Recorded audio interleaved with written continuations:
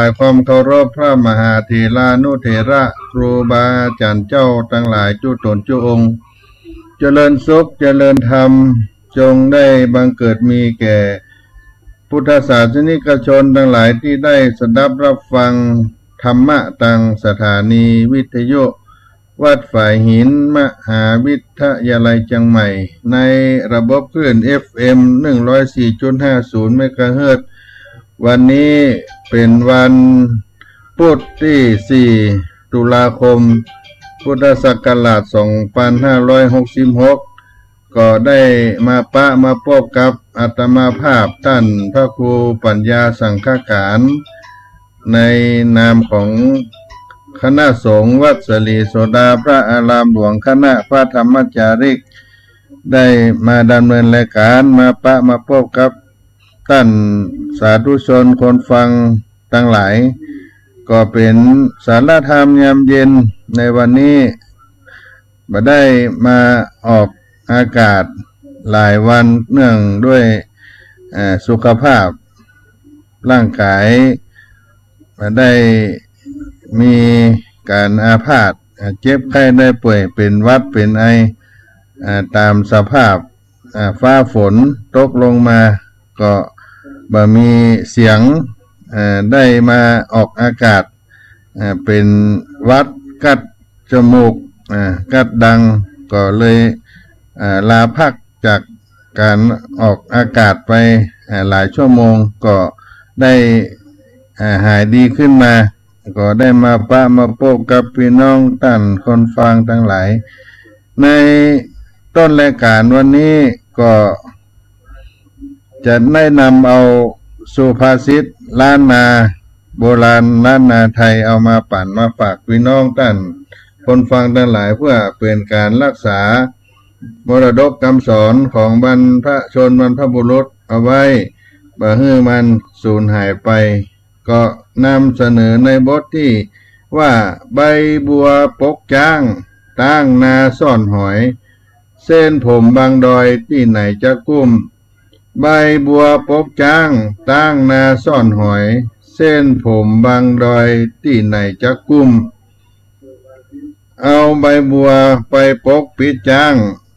เอาช่องระบายน้ำระหว่างกระทงนาเป็นที่ซ่อนสำหรับหอย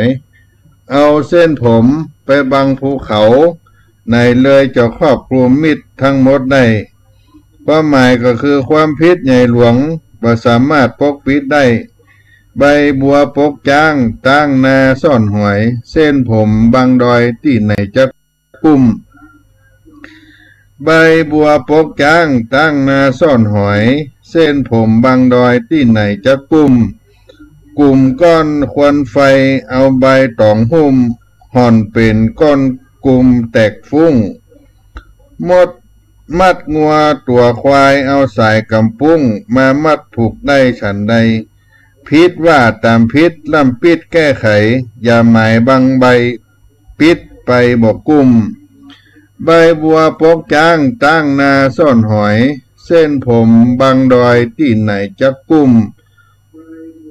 กลุ่มก้อนควันไฟเอาใบตองหุ้มห่อนเป็นก้อนกลุ่มแตกฟุ้งมัดผูกได้มัดงัวตัวควายเอาสายกำปุ้งมามัดผูกได้ฉันใดพิษว่าตามพิษล่ำปิดแก้ไขอย่าหมายบางใบปิดไปบอกกุ้มใบบัวปกจ้างตั้งนาซ่อนหอยเส้นผมบางดอยที่ไหนจะกุ้มกลุ่มก้อนควันไฟเอาใบตองหุ้มห่อนเป็นก้อนกลุ่มแตกฟุ้งมัดงัวตัวควายเอาสายกำปุ้งมามัดผูกได้ฉันใดพิษว่าตามพิษล่ำปิดแก้ไขอย่าหมายบางใบปิดไปบอกกุ้มเอาใบบัวปกปิดจ้างเอาจ้อง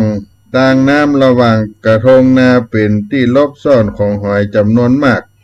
เอาเส้นผมมาบังภูเขาเอาเส้นผมมาบังดอยไหนเลยจะครอบคลุมได้ทั้งหมดเหมือนกับกลุ่มควันไฟคิดจะเอาใบตองมาห่อหุ้ม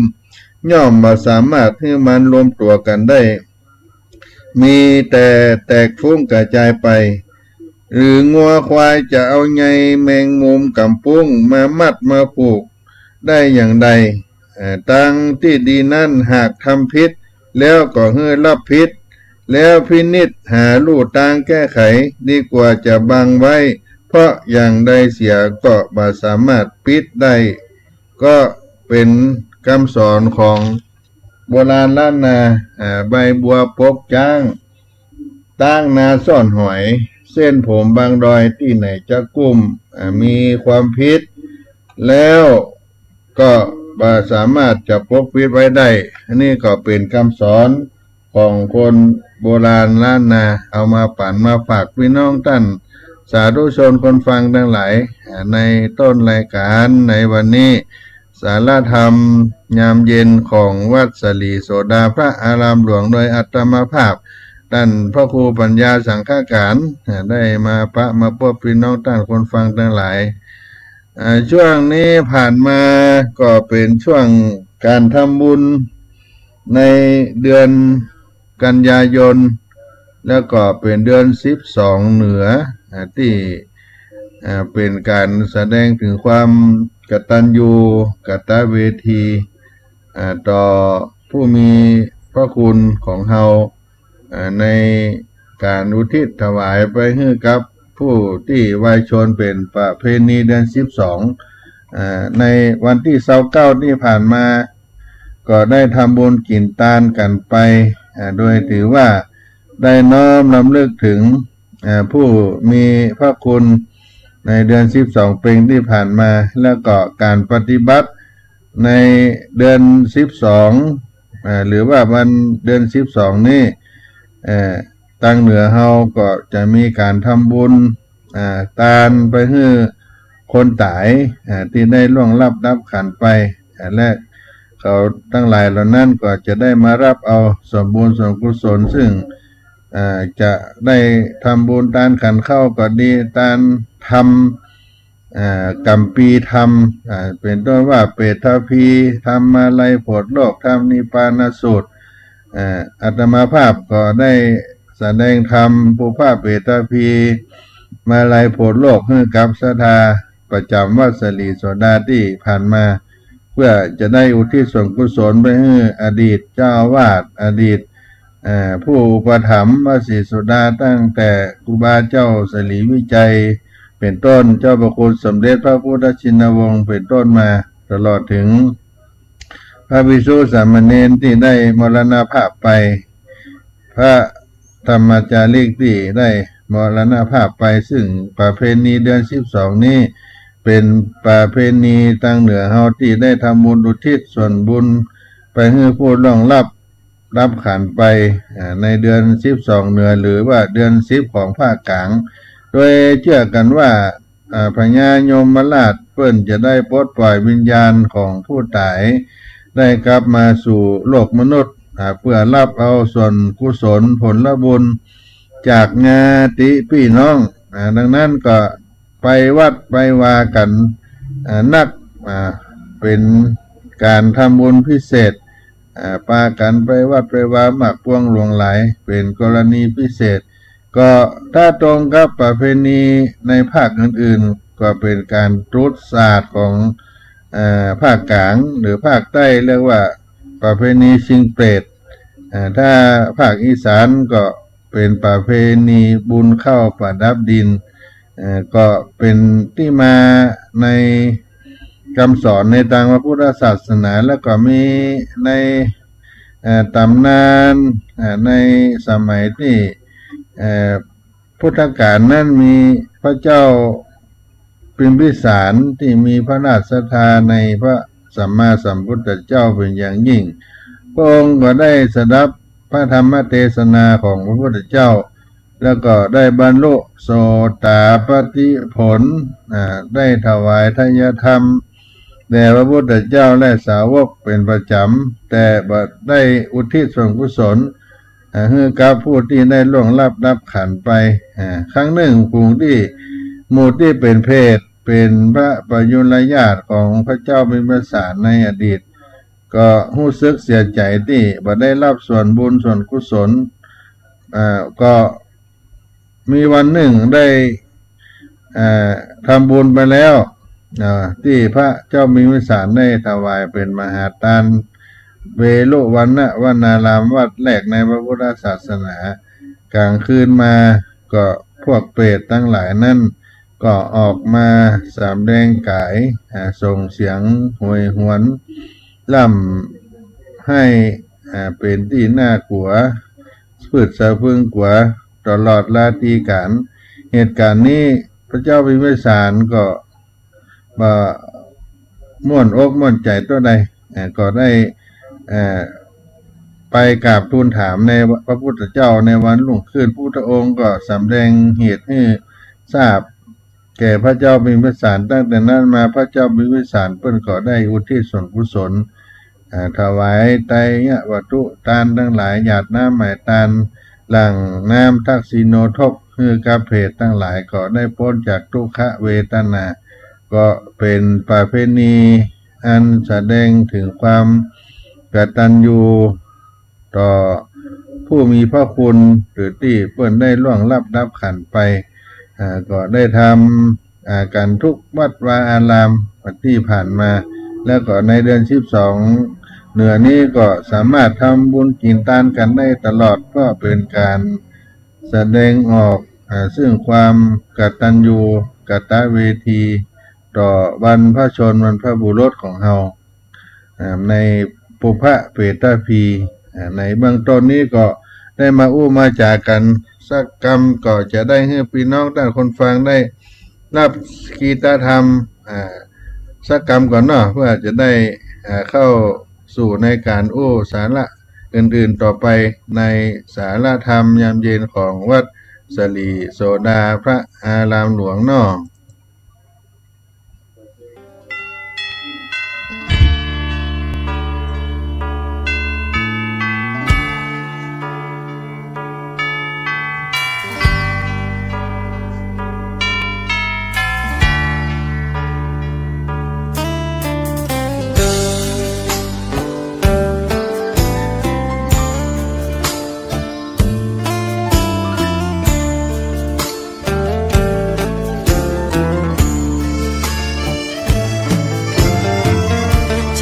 ชวนทุกท่านเข้าวัดเข้าวาฟังธรรมะจากหลวงตาเสริมชีวาให้สุขสดใสยึดมั่นหลักธรรมคำสอนไว้ให้ขึ้นใจความดีรีบทำกันไว้หญิงชายอย่าได้นายนี้เชิญชวนทุกท่านเข้าวัดเข้าวาทำบุญด้วยจิตศรัทธาบุญพาให้เราสุขีจะทำการใดนำใช้ในสิ่งดีทำบุญให้ทานวันนี้ไม่มีใครว่าใครชังสมัยก่อนประทับใจปู่ย่าตายายวันพระไม่เคยเบื่อหน่ายจำได้ไม่ลืมสักครั้งเหตุใดวันนี้มีคนเข้าวัดน้อยจังอยากให้เหมือนก่อนอีกครั้งฝากความหวังกับคนรุ่นใหม่เชิญชวนทุกท่านเข้าวัดเข้าวารับศีลรับพรหลวงตาเสริมคุณค่าให้กับจิตใจกระทำความดีเรื่องนี้ไม่ต้องอายใครว่างจากการงานเมื่อใดเชิญชวนท่านไปทำบุญ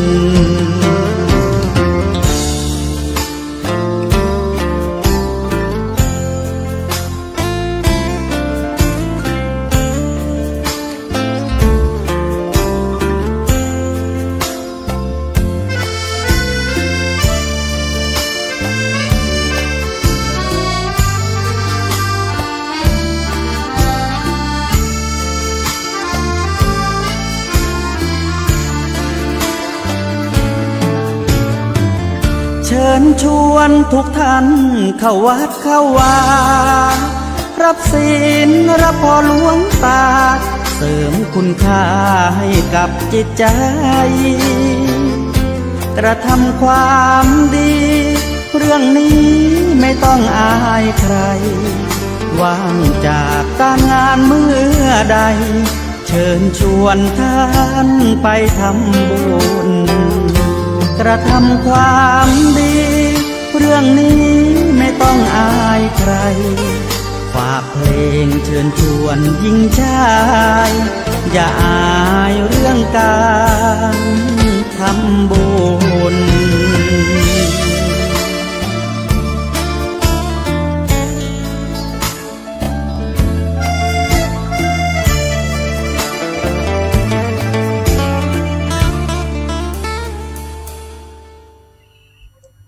ก็มาปะกันในช่วงที่สองสารธรรมยามเย็นวัดสลีโสดาพระอารามหลวงโดยอัตมาภาพท่านพระครูปัญญาสังฆการได้ม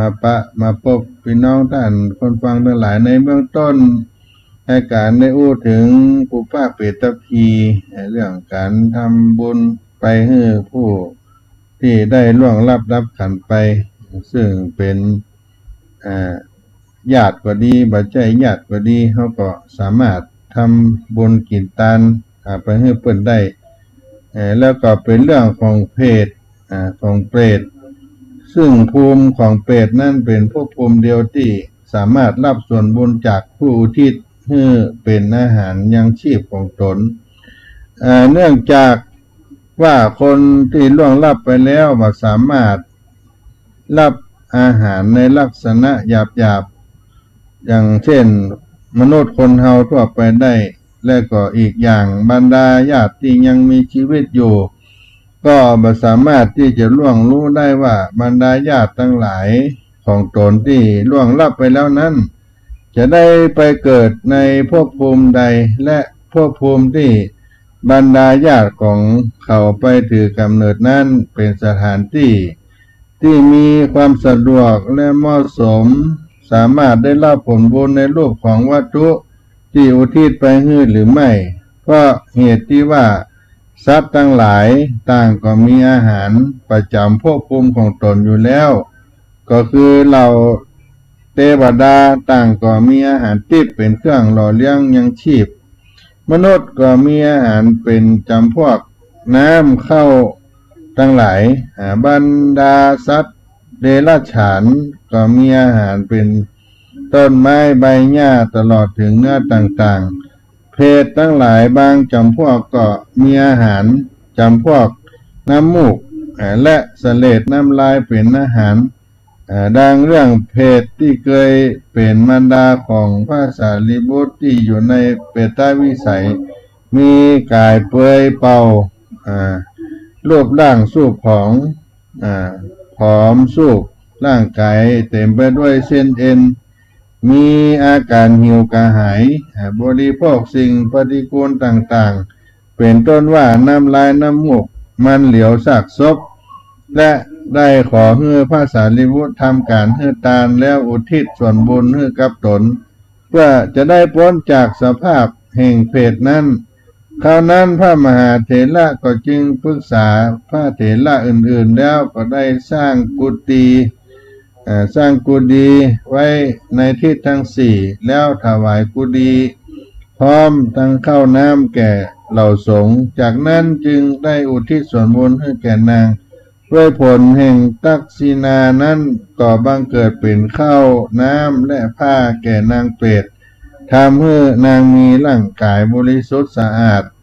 นุ่งห่มผ้ามีก้ายิ่งกว่าผ้าแคว้นกาสีประดับด้วยพัสตราภรณ์อันวิจิตรงดงามและมหาเปสกาเปติวัตถุที่กล่าวถึงเรื่องของนางเปรตอดีตภรรยาหัวหน้าของจ้างตอหูกที่ภิกษุรูปหนึ่งถามเตบุตรตนหนึ่งว่านางเปรตนี้กินคูดมูดโลหิตน้ำหนองนี่เป็นวิบากอันใดนางเปรตผู้ที่กินเลือดหนองเป็นประจำเมื่อก่อนได้กระทำกรรมอย่างไว้สำหรับสัตว์นรก มีอาหารคืออกุศลกรรม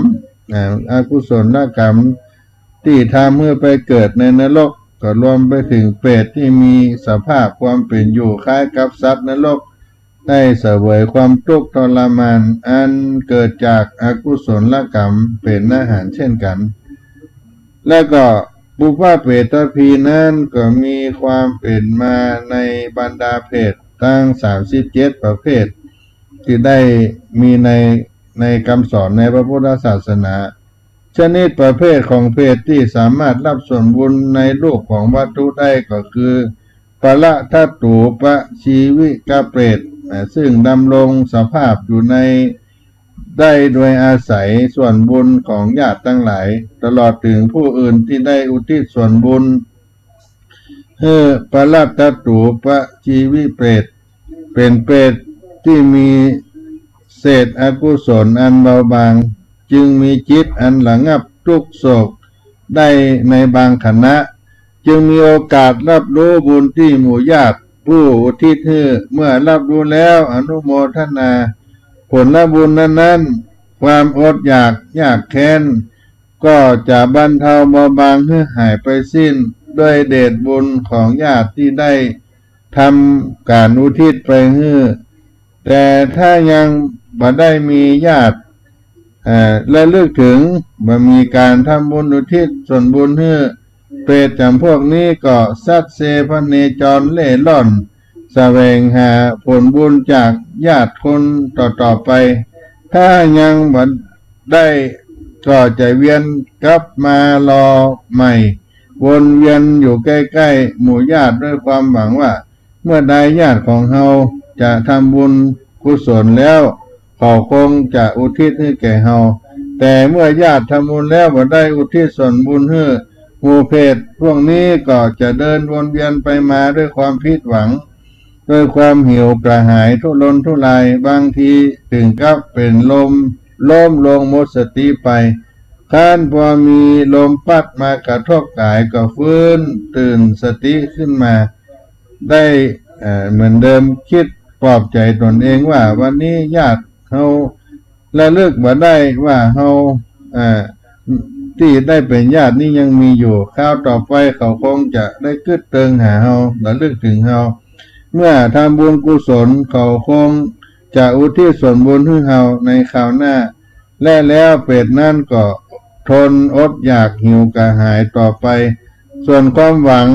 ว่าสักวันเฮาจะได้อาหารจากหมู่ญาติที่ระลึกถึงแต่อย่างใดก็ตามก็ยังต้องมีเงื่อนไขว่าเปรตชนิดนี้จะเสวยส่วนบุญที่ผู้อื่นอุทิศได้นั้นต้องทำการอนุโมทนาส่วนบุญที่ผู้อื่นอุทิศให้ตนเสียก่อนจึงจะสามารถบริโภคใจสอยในสิ่งที่เขาอุทิศให้ได้ซึ่งก็เป็นในแง่ของรูปธรรมซึ่งเมื่อเราเปรตทั้งหลายมีความปราโมทย์ปิติยินดีในการอุทิศส่วนบุญของผู้อื่นที่อุทิศให้กับตนเมื่อนั้นก็จึงเป็นเหตุให้เขาได้รับในส่วนบุญที่อุทิศให้ทันทีโดยมีตัวอย่างในครั้งที่ได้เกิดในพระพุทธศาสนาก็คือเรื่องราวที่พระเจ้าพิมพิสารได้สร้างวัดเวลุวันแล้วได้หลังทักษิโนทกอุทิศส่วนบุญให้กับญาติทั้งหลายที่ล่วงลับซึ่งพอพวกเปรตที่เป็นญาติของพระเจ้าพิมพิสารได้ทราบดังนั้นก็จึงพากันอนุโมทนาโดยการเปล่งวาจาสาธุสาธุก็ปรากฏมีโภชนะอาหารตลอดจนถึงผ้าทิพย์เป็นต้นเกิดขึ้นพร้อมยังผลให้พวกเปรตได้บริโภคใจสอยปัจจัยจนอิ่มหนำสำราญแล้วก็พ้นจากอัตภาพของเปรตในที่สุดเหตุการณ์ที่มีอยู่ว่าคืนวันหนึ่งที่พระเจ้าเป็นพิสารที่ทรงกำลังบรรทมอยู่นั้นพระองค์ทรงได้ยินเสียงร้องโหยหวนอันน่ากลัวซึ่งปรากฏไปทั่วในพระราชวังครั้นว่ารุ่งขึ้นเจ้ามาก็จึงเข้าไปเฝ้าพ พระผู้มีพระภาคเจ้าองค์สมเด็จพระสัมมาสัมพุทธเจ้าแล้วก็ทรงกราบทูลถามถึงที่มาของเสียงนั้นว่าเป็นเสียงอันใดทำไมถึงโหยหวนเป็นที่น่าพูดสะพุงกว่าอย่างนี้พระองค์พระสัมมาสัมพุทธเจ้าพระองค์ก็ได้ตรัสว่าดูก่อนมหาบพิตรทรงอย่าได้หวาดกลัวไปเสียงที่พระองค์ได้ยินนั้นจะมาเป็นผลให้อันใดแก่พระองค์เลยแล้วทรงเล่าเหตุที่มาของเสียงเหล่านั้นให้แก่พระเจ้าพิมพิสารพระมหาราชาเจ้าได้สดับว่าในอดีตการย้อนหลังไป92กับพระพุทธเจ้าที่มีพระนามว่าพระพุทธสัมมาสัมพุทธเจ้าทรงได้รับทูลราชนาจากพระราชาผู้ครองนครราชคฤห์ในอดีตเมื่อเสด็จประทับอยู่ในพระราชอุทยานพร้อมภิกษุสงฆ์บริวาร500 รูปเพื่อที่จะถวายพระตาหารเหตุการณ์ได้ดำเนินอยู่เช่นนี้เป็นเวลาหลายวันจวบจนพระราชบุตรทั้ง3ของพระราชาได้ทูลขออนุญาตแก่พระบิดาเพื่อจะมีโอกาสถวายทานแก่พระพุทธสัมมาสัมพุทธเจ้าและหมู่สงฆ์ทั้งหลายด้วยพระองค์เองบ้างที่จะได้กินได้ทานพ่องพระราชากรุงราชคฤห์ก็จึงทรงอนุญาตให้พระราชบุตรทั้ง3ได้ทำการถวายทานแก่พระพุทธสัมมาสัมพุทธเจ้าและหมู่สงฆ์ทั้งหลายดังนั้นพระราชบุตรทั้ง3ก็จึงได้ไปจวนขุนคลังซึ่งก็คือพระราชาพิมพิสารในปัจจุบันนั้นได้มาร่วมจัดหาอาหารข้าวอาหารหวานขุนคลังหรือพระเจ้าพิมพิสารในชาติปัจจุบันก็ได้รับหน้าที่ให้เป็นหัวหน้าจัดหาอาหารเลี้ยงพระก็จึงชวนบรรดาญาติทั้งหลายของตนให้มาช่วยทำอาหารเลี้ยงพระต่างฝ่ายต่างก็ช่วยกันเป็นที่โกลาหลขยันขันแข็งในตอนต้นบรรดาญาติของขุนคลังก็ยังปฏิบัติดีอยู่แต่พอเวลาล่วงเลยไปก็จะเกิดความประมาทได้แอบลักกินลักบริโภคอาหารก่อนที่พระภิกษุสงฆ์จะไล่ฉันได้ลักกินก่อนลักขโมยอาหารที่เขาทำไว้เพื่อถวายพระพุทธเจ้าเอาซ่อนไว้แล้วก็เพื่อนจะเอาถวายพระสงฆ์ก็ลักไปซ่อนไว้ไปเลี้ยงลูกเลี้ยงเมียญาติของตนบรรดาญาติของขุนคลังได้ทำผิดอยู่เช่นนี้เป็นนิดก็ด้วยความละโมบการต่อมาพระราชบุตรทั้ง3และขุนคลังกับบรรดาญาติบริวารได้ตายลงพระราชบุตรทั้ง3แล้วก็ขุนคลังก็ตายแล้วไปเสวยวิบากอยู่บนสวรรค์มีวิมานอันเรืองรองและโภคทรัพย์อันประณีตเลิศลดมากมายเป็นเครื่องดำรงอยู่ส่วนบรรดาญาติและก็บริวารขุนคลังที่ลักลอบเอาอาหารการกินของพระสงฆ์ไปลักก่อนซ่อนกินก็ต้องไปบังเกิดในขุมนรกสิ้นกาลช้านานข้าว่าพ้นจากนรกแล้วก็ได้ไปบังเกิดเป็นเพศจำพวกปละตัตตูปชีวิเปรตก็คือเพศจำพวกมีผลบุญของญาติเป็นอาหารปละตัตตูปชีวิเปรตเป็นผู้เป็นญาติของพระเจ้าพิมพิสารก็รอคอยผลบุญจากพระราชาเจ้าพิมพิสารด้วยความอดอยากหิวกระหาย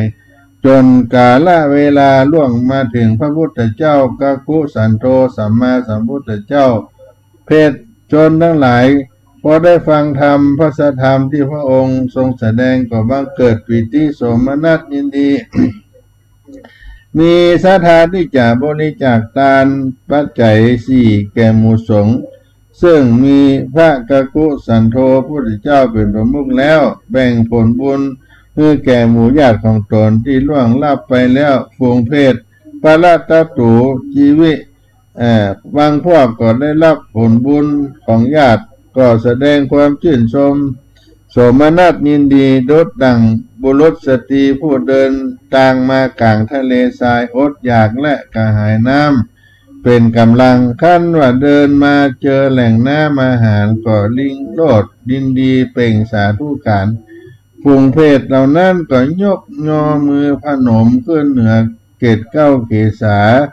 กล่าวสาธุรับเอาบุญของญาติที่อุทิศส่งให้แล้วก็ได้พ้นจากอัตภาพของเปรตชนิดนั้นไปบังเกิดตามแต่บุพกรรมของตนตามบุพกรรมของตนพวกที่มีกรรมแสนสาหัสเมื่อบัดได้รับส่วนบุญก็จวนกันไปเฝ้าพระพุทธเจ้ากุสันโธสัมมาสัมพุทธเจ้าและก็ทูลถามขึ้นว่าพวกข้าพระบาทจะพ้นจากอัตภาพเป็นเพศนี้เมื่อใด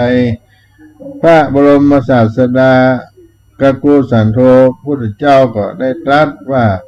แม้สิ้นการในศาสนาของเราท่านทั้งหลายก็ยังบ่พ้นอัตภาพของเพศจวบจนเราตถาคตนิพพานไปแล้วสิ้นเวลานานจนแผ่นดินสูงขึ้นได้1 โยชน์จะปรากฏพระพุทธเจ้าพระนามว่าโกตมะพุทธเจ้าท่านทั้งหลายจงไปถามพระพุทธโกตมะพระองค์นั้นเถอะได้จำเนียนการหลังจากสูญสิ้นศาสนาของพระกักุสันโธพุทธเจ้าแล้วการล่วงเลยมาก็เป็นพุทธันดร1ลุถึงศาสนาพระสัมมาสัมพุทธเจ้าโกตมะโกนากมนะหมู่เพศเหล่านั้นก็เข้าไปทูลถามองค์สมเด็จพระโกตมะสัมมาสัมโกนากมนะสัมมาสัมพุทธเจ้าแถมก็พระองค์ก็ได้ตรัสว่าแม้สิ้นศาสนาของเฮาท่านทั้งหลายก็ยังบ่ได้พ้นจากอัตภาพเพศจอบจนแผ่นดินสูงขึ้นแถม1 โยชน์จากปรากฏพระพุทธเจ้าพระนามว่ากัสสปะพุทธเจ้าขอท่านทั้งหลายจงได้รอถามพระสัมมาสัมพุทธเจ้าองค์นั้นเถอะหมู่ญาติพระราชาพิมพิสารก็อดทนอดกลั้นความหิวกระหายทุกข์ทรมานต่อไปจนรู้ถึงสมัยที่พระมหามุนี4ศาสดาสัมมาสัมพุทธเจ้าพระองค์นามว่ากัสสปะพุทธเจ้าอุบัติขึ้นหมู่เพศเหล่านั้นก็พากันไปทูลถามพุทธองค์แถมก็ทรงดำรัสว่าจักมีพระสัมมาสัมพุทธเจ้าทรงนามว่าสักกยมุนีโกตมะมาตรัสรู้ในการนั้นจะมีคัตติยราชทรงพระนามว่าพระเจ้าบิมพิสารผู้เป็นญาติของท่านทั้งหลายได้สดับพระสัทธรรมจนมีดวงตาเห็นธรรมมีจิตสมนัสเลื่อมใสสร้างวัดเวลุวันได้ถวายลุ่งขึ้นจะถวายทานมีปัจจัย4เป็นต้นและพระบรมศาสดาสักยมุนีโคดมพุทธเจ้าก็จะนำปาเอาญาติของเธออุทิศส่วนบุญให้เธอทั้งหลายเธอทั้งหลายเมื่อได้รับผลแห่งทานครั้งนั้นแล้วก็จะพ้นจากความทุกข์เดือดร้อน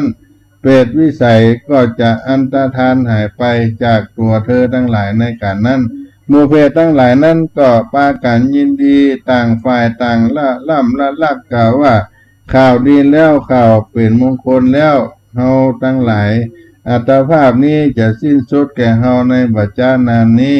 ความหิวกระหายทุกข์ยากเดือดร้อนจักได้รับการผ่อนคลายจำละให้หายด้วยผลบุญ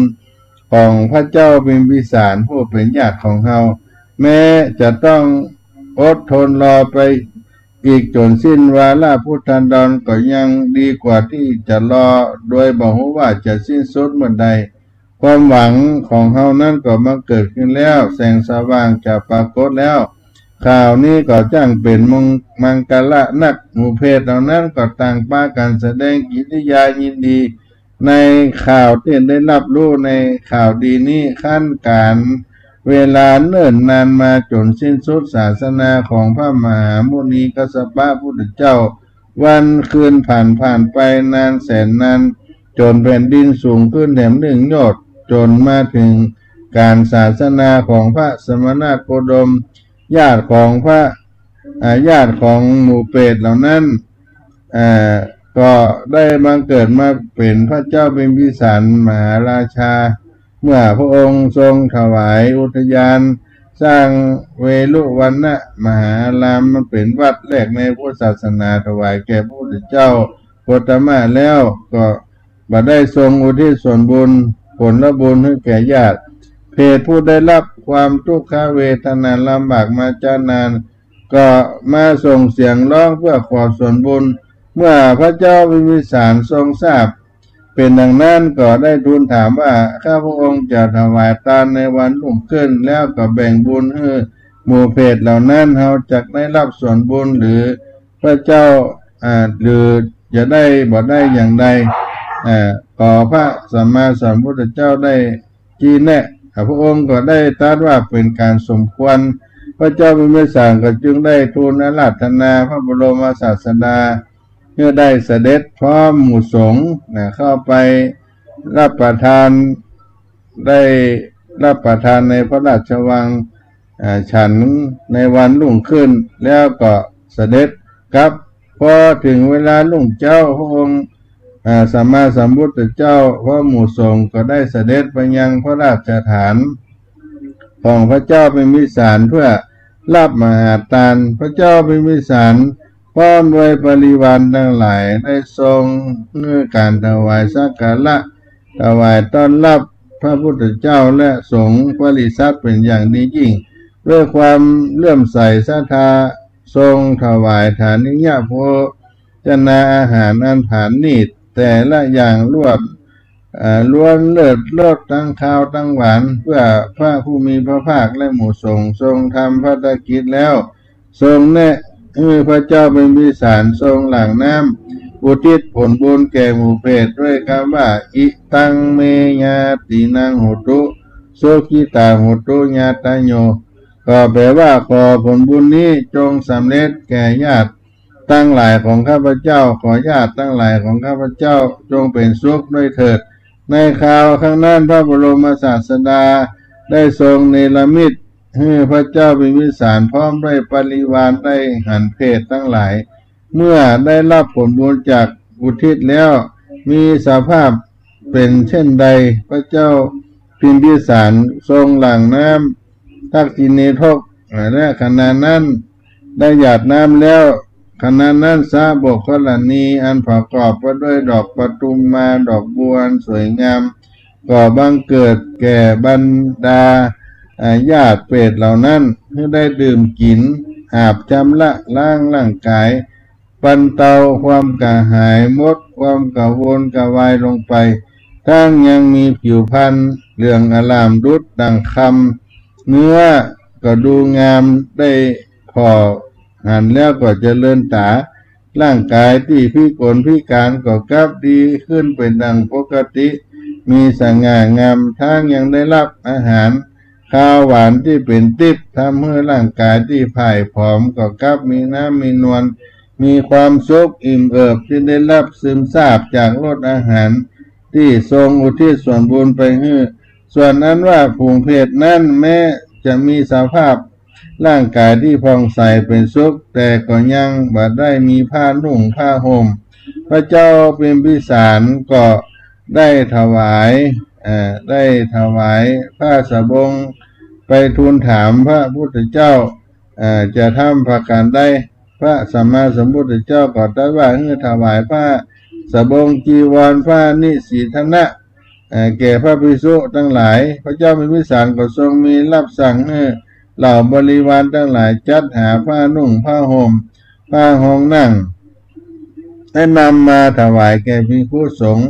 ซึ่งมีพระพุทธเจ้าเป็นประมุขแล้วทรงอุทิศส่วนบุญนั้นให้แก่ญาติหมู่เพศทั้งหลายผลบุญอันนั้นก็ทำให้บังเกิดมีเครื่องนุ่งห่มที่นอนที่นั่งอันเป็นทิพย์พร้อมด้วยวิมานที่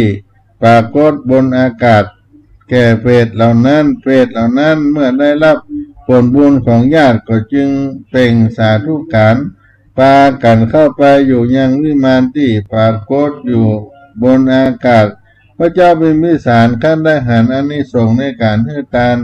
และอุทิศส่วนบุญส่วนกุศลในการให้ทานดังนี้ผลบุญนั้นก็บังเกิดขึ้นแก่เปรตทั้งหลายเป็นทิพย์บังเกิดขึ้นปรากฏบนอากาศ แก่เป็ดเหล่านั้นเป็ดเหล่านั้นก็ได้รับผลบุญของญาติแล้วก็เป็นสาธุขันธ์พากันเข้าไปอยู่ในวิมานปราสาทที่บนอากาศพระเจ้ามิวิสารได้สร้างได้ถวายทานขั้นได้หันอานิสงส์การให้ทานอานิสงส์ผลบุญแก่เปรตบรรดาหมู่เปรตที่ได้เป็นญาติก็ทำให้พ้น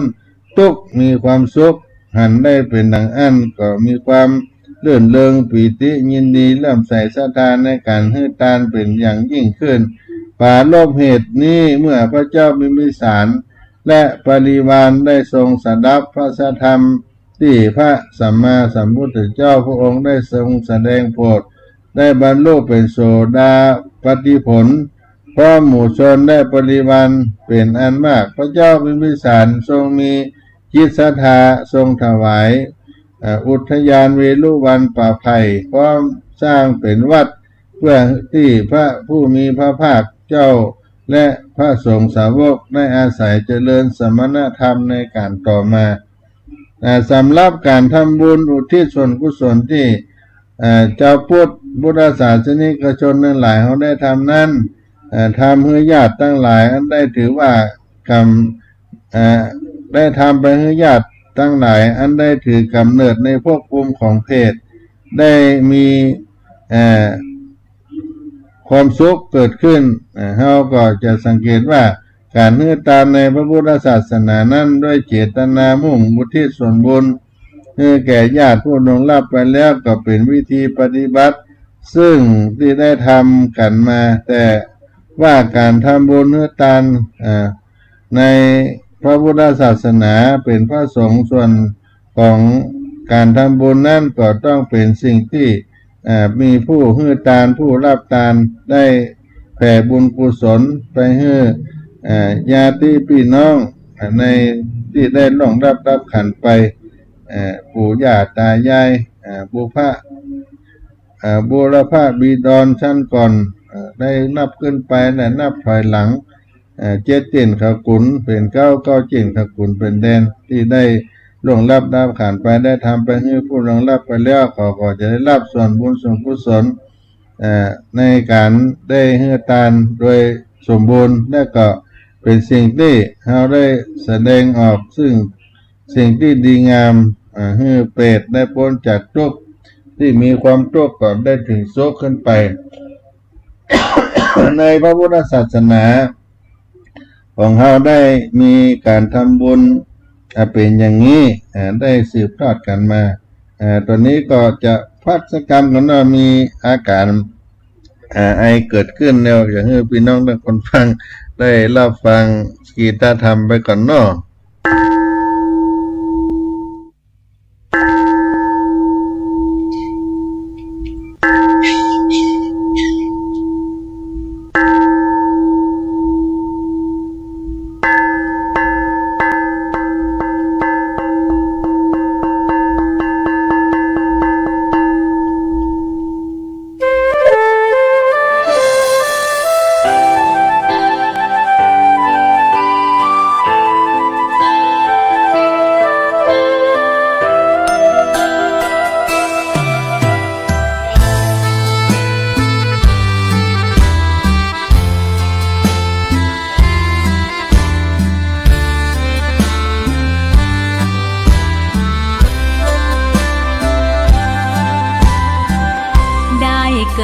เป็นคนนั้นยากจริงนะเพราะพุทธศาสนายิ่งแสนยากเย็นคนไทยโชคดีที่สุดแล้วมีแก้ว3 ดวงงามเด่นมีวัดซึ่งเป็นนาบุญยิ่งใหญ่มีศาสนาพุทธประจำชาติไทยอยากหล่ออยากสวยเราต้องรักษาศีลอยากมีอันจะกินต้องหมั่นทำบุญทำทานเอาไว้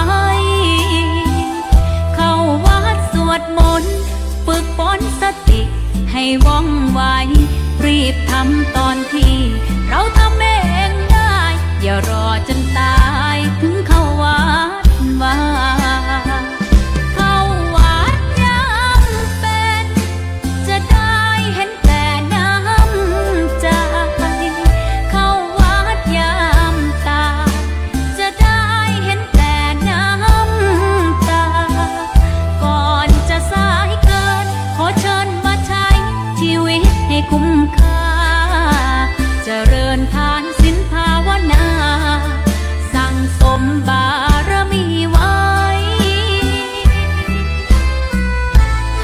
บุญตอนที่ยังมีชีวิตย่อมดีกว่ารอเขาอุทิศบุญให้อย่ามัวหลงเพลินเดินห่างวัดตัวอย่างชัดๆมีมากมายเข้าวัดตอนตายสายเกินแก้กรรม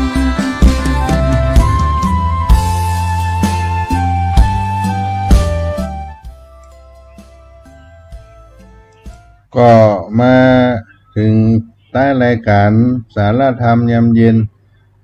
เสียงธรรมวัดสลีโสดาพระอารามหลวงพระธรรมจาริกโดยอัตมาภาพกับผมท่านพระครูปัญญาสังฆการหรือท่านพระครูพรหมินทร์ได้มาพบท่านสาธุชนในวันนี้วันพุธที่4ตุลาคม2566ได้รู้ไปถึงเรื่องปุปปะเปตพีการทำบุญอุทิศกับผู้ล่วงลับผ่านไปในการแสดงออกซึ่งประเพณีอันดีงามของโบราณล้านนาและสิ่งที่สำคัญนั่นก็เป็นการกตัญญูกตเวทีต่อผู้อันเป็นญาติที่ได้ล่วงลับผ่านไปซึ่งก็เป็นหลักธรรมที่มีความหมายว่าผู้รู้อุปการะที่เขาทำแล้วตอบแทนรู้จักคุณค่าแห่งการทำดีของคนอื่นและแสดงออกเพื่อบูชาความดีนั่นความกตัญญูก็เป็นบทบาทสำคัญในสังคมโดยขนบธรรมเนียมประเพณีวัฒนธรรมไทยก็สอดแทรกความกตัญญูเอาไว้ทุกเรื่องก็ส่งผลให้ทำให้สถาบันครอบครัวสังคมเกิดความมั่นคงนับว่าเป็นหลักธรรมพื้นฐานที่ให้มนุษย์ในสังคมรู้จักการทำหน้าที่ของตนที่เหมาะสมที่จะทำโดยเริ่มจากความรับผิดชอบต่อหน้าที่ของตนเองก่อนแล้วก็ขยายความรับผิดชอบต่อหน้าที่ที่มีต่อครอบครัวโดยพ่อแม่มีหน้าที่เป็นบุพการีมีหน้าที่ให้กำเนิดลูกตลอดถึงอบรมเลี้ยงดูเติบโตลูกก็มีหน้าที่รับผิดชอบปฏิบัติต่อพ่อต่อแม่ในฐานะความกตัญญูก็จะขยายผลในระดับสังคมส่วนรวมกว้างไปความกตัญญูนี้ก็จะเกิดช่วยให้โลกอยู่ได้รอดปลอดภัยหมดปัญหาในสังคมความกตัญญูก็ถือว่าเป็นสิ่งที่ดีให้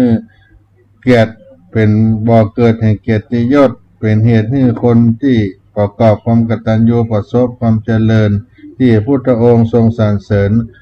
ความกตัญญูของบุคคลว่าเป็นมงคลสูงสุดความกตัญญูกตเวทีนี้เป็นสิ่งที่ดีก็เป็นอานิสงส์ที่ทำแล้วก็เกิดผลบุญให้เราได้มีความสุขมีความเจริญในอนาคตต่อไปวันนี้อาตมาภาพท่านพระครูปัญญาสังฆการก็ได้มาเล่าสู่กันฟังในสาระธรรมยามเย็นในเรื่องบุพเพเปตพีการทำบุญอุทิศไปให้กับญาติทั้งหลายที่ได้ลงรับขันไปโดยแสดงให้เห็นถึงความกตัญญูกตเวทีมีความเมตตากรุณาตลอดถึงการแสดงออกซึ่งความเคารพรักที่ตัวเรามีเองนั่นมีแล้วก็ให้แก่ท่านทั้งหลายที่ได้ล้มหายตายจากไปสู่ภพภูมิที่ดีในเบื้องหน้าการทำบุญให้ทานก็เป็นสิ่งที่เราได้ทำแล้วก็เกิดความสบายอกสบายใจเกิดความสุขในใจของเราก็เพราะฉะนั้นก็ใกล้ถึงวันพระวันศีลในช่วงเข้าพรรษานี้ก็เหลือแถมบักกี่วันแล้วก็จะหมด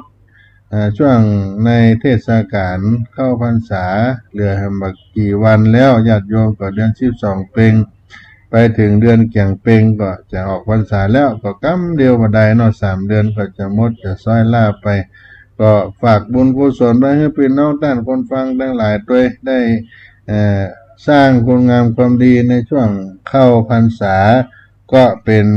ทานะปาละมีศีลปาละมีภาวนาปาละมีเกิดขึ้นกับเราวันนี้ก็ขอล่ำลาและการไว้เพียงเท่านี้ก่อนท่านใดจะ สอบถามจากติดต่อก็0611785839 0611785839 0611785839ท่านพระครูปัญญาสังฆการหรือท่านพระครูภูมินทร์จะสอบถามจะพูดจะจ๋าได้ตลอด24ชั่วโมงวันนี้ขอความผาสุกจงได้เกิดมีแก่พี่น้องท่านคนฟังทั้งหลายจัตตาโลธรรมาวัฏันติอายุวันโนสุขังพลัง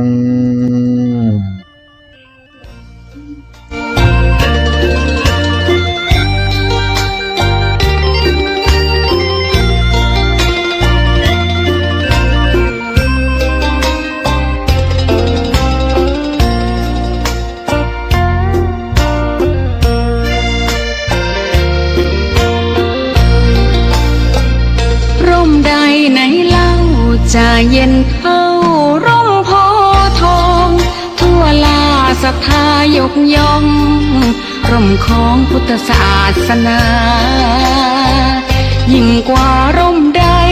กันแดดไฟฝนลมนาแผ่กิ่งก้านสาขาปกคลุมประชาทุกชีวิตเย็นใดไหนเล่าจะเทียมเท่าเย็นใจพระธรรมที่ทรงตรัสไว้เป็นความจริงใสตรัสไว้ด้วยดีผู้ทำเห็นเองไม่จำกัดการเวลานาทีผิดถูกแค่กันตรงนี้จะไม่มี